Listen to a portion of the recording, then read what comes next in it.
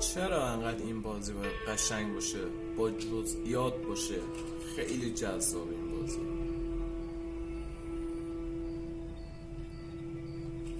من کیف میکنه بازی کنم.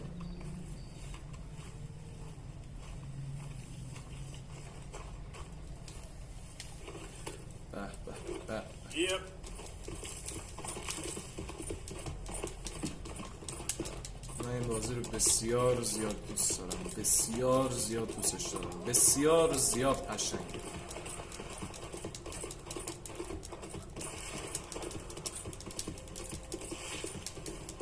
این شبشه این که اینقدر قشنگه، اگه روزش باشه که به نظر من خیلی قشنگتره.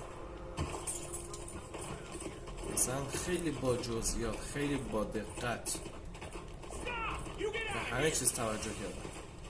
خیلی عالیه.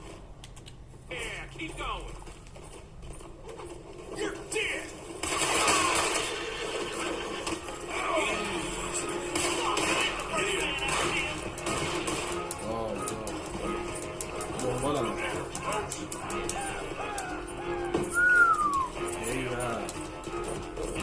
چه شده من فیلش کردی؟ یادم زدم. بیاین دنبالم لعنتی ها، بیاین. هیچم نه بیاین خیلی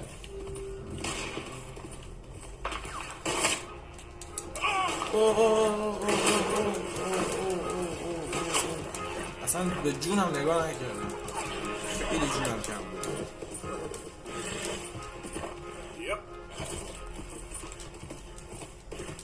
بیشورا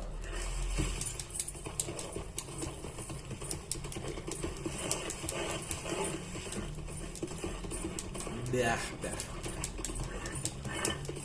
عالیه.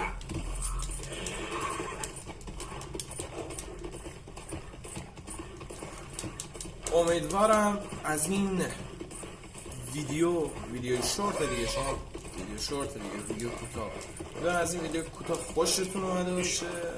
تا ویدیوهای بعدی بدرو، فقط قبلش لایک کنین، سابسکرایب کنین، کامنت بذارین دیگه. من کامنتاتون رو میخونم.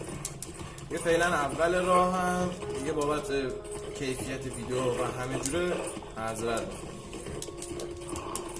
یه روزی بالاخره موفق میشیم دیگه. همیشه که آدم به یک جور نمیمونه 100%.